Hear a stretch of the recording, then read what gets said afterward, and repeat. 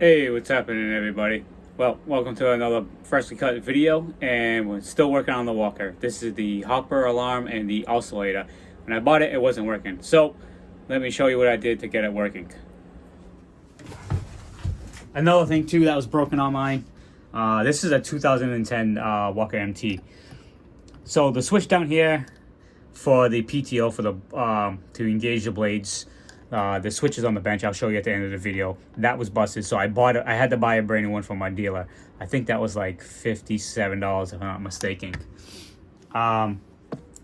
Oh, the motor too, I'll talk about that at the end of the video too. So anyways, let's turn the key on. I'll activate it, and I'll show you guys that it's working now.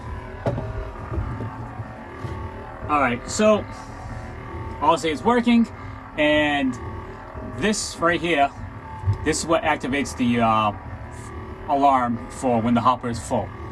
So, and if there also there's a bunch of leaves in here, it'll just drag the whole time. But I gotta mess with the height later on. I think I have it set pretty good right now. The original location was right here and the arm came up in the middle, but I think it'll be pretty good. So basically, if you were to buy the original Walker setup, it's gonna, like I said, it's gonna be like $157. This is a Buyer dump body alarm from the brand. Let me zoom in here. See, Buyer. I bought these, are fairly inexpensive online. I think I paid like $31 off of Amazon, and if you go to like a Napper, I think they're like almost $70 if I'm not mistaken. Pretty expensive. And this tip right here, I just made out of a big pen and plastic welded it with zip ties and my soldering gun. And this square thing is just a divider for tackle boxes. It's a 3-wire setup. For this setup that I needed, I'm using the red and the white. I did not need the black. Because like I said, this is a dump body alarm. It's typically when the dump body is pressing against this spring activated switch is down on the frame, so it doesn't set the buzzer off until it lifts, and then it activates the dump body alarm. But in my case, I needed the circuit to be open until it detects too many leaves up here, closes the circuit, activates the power at the buzzer. So that's how I have it wired up. Also, that dump body, the oscillator motor, that brand new is $214 if I'm not mistaken. Let me spin you around here. So if you bought a Walker used and the oscillator motor was not working, chances are it could be burned out, or in my case, it was filled up with water. So the inside of the engine got all rusted up. Now it is a brush motor, so it was fairly easy to repair. As long as you do it the right way, you will not destroy the electric motor. What's nice about those electric motors, because they can be in water, and it does not do no harm to them. But if you leave too much water in it for a long period of time, obviously it's going to rust and freeze up. So I took it all apart, cleaned it all up.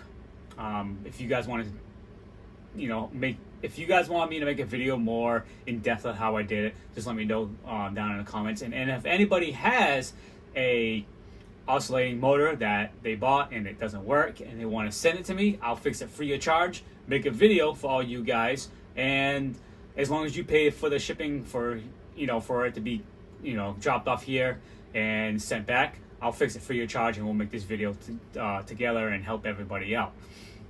It's not a guarantee it's going to work depending on how bad the engine is. As long as like the commutator on there isn't too like roughly burned up. Brushes, they're only they're very, very cheap for new brushes.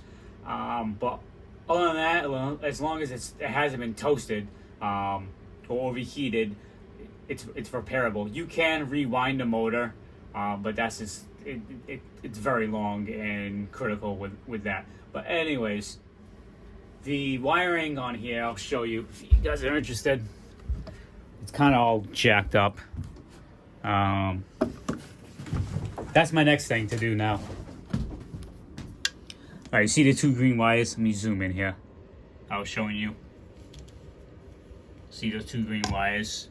This comes obviously from the hopper, which it goes from purple into orange. So if you just jump those two, that will throw power to the oscillator. So what I got going on here, my orange wire, the orange wire that's in there, you see that one? It's running up. It's been broken too many damn times, and I'm shocked that this thing hasn't shorted out yet. Let me get a light.